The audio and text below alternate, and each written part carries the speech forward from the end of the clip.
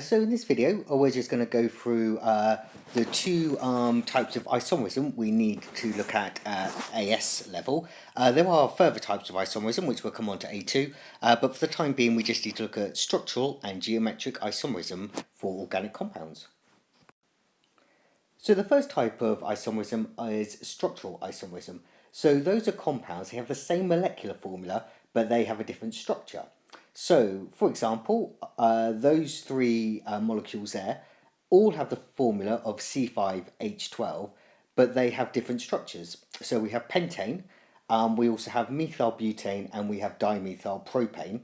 They all have the formula C5H12, but they all have different structures. Those carbon atoms are arranged in a different way in each of those. Structural isomers do catch some people out when identifying them. So the key thing is to look at, try and think of the name of the compound, and that will tell you whether they are isomers of each other. So, for example, on this side, we have a chain of 1, 2, 3, 4, 5, 6 carbons, and on my third carbon is a methyl group. And also here I've got 1, 2, 3, 4, 5, 6 carbons, and on my third carbon there is the methyl group. So they are the same molecule, they're not isomers of each other, even though they may look different on paper. Again, if we look at these molecules here, again, these are all exactly the same molecule. We have a longest carbon chain of 1, 2, 3, 4, 5. So we've got 5 along here. We've also got 5 along there. And we've got 1, 2, 3, 4, 5 along there.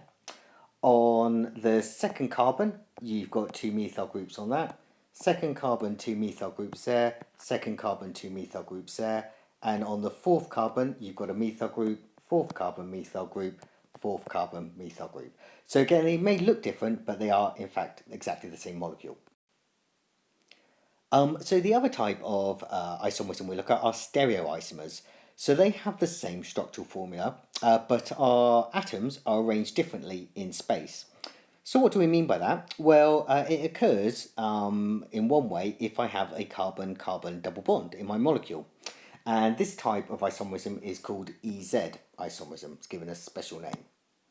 So let's have a look at why a carbon-carbon double bond causes this type of isomerism to occur.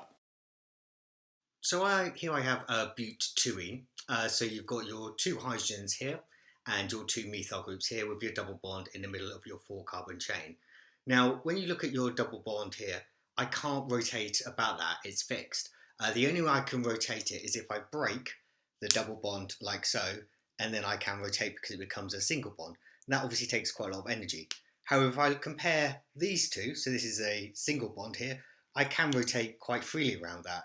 There's no problem with my methyl group twirling around like so, and that's really low energy. But to do the double bond, you have to break that covalent bond, which takes, that's a high energy process. So these are my 2 isomers. For this one, you have your hydrogens on opposite side of the double bond. And on this one, you have your hydrogens on the same side of the double bond. And you can't easily go from one to the other. It takes a lot of energy to do that. So we now know why that carbon-carbon double bond causes this type of isomerism. There's another feature we need in these molecules, and that's for different groups to be attached to each of our carbons. So here and here, if we have a look at this carbon, I've got a hydrogen and a methyl group, and for this carbon, I've got an ethyl group and a hydrogen. So this molecule will exhibit cis-trans isomerism because that I can have 2 different forms. So this would be my other form of the molecule that I've drawn in blue, where I have swapped my groups on this carbon around. So if we look at, for example, the relative positions of the hydrogens, on this molecule they are opposite each other, but on this molecule they are on the same side of each other. However, if we look at the molecule on this side, you will see on this carbon I have got 2 hydrogens attached. So it wouldn't matter if I swap those 2 around because it's the same atom. So if I redrew that, it would look exactly the same because the hydrogens are the same Now, there's a special type of EZ isomerism, and that is called cis-trans isomerism, which you may come across. And we can use that when each of the carbons in the double bond has got hydrogen atoms attached. And so this one I would call trans-butyrene because my hydrogen atoms are opposite to each other. But this molecule I would call cis-butyrene because they are on the same side of the carbon-carbon double bond as each other. That's a special case and can only be used when you've got hydrogens attached to each of the carbons, and they can be named using EZ isomerism. So this one would be called butyrene, and cis would be called Z-butyrene. Now, when we come to look at the alkenes, we will look at how we name these in far more detail. But just so you're aware, you can only use cis and trans if you have this structural feature. So in the next video, I'll go through some examples of identifying isomerism, both structural and stereoisomerism.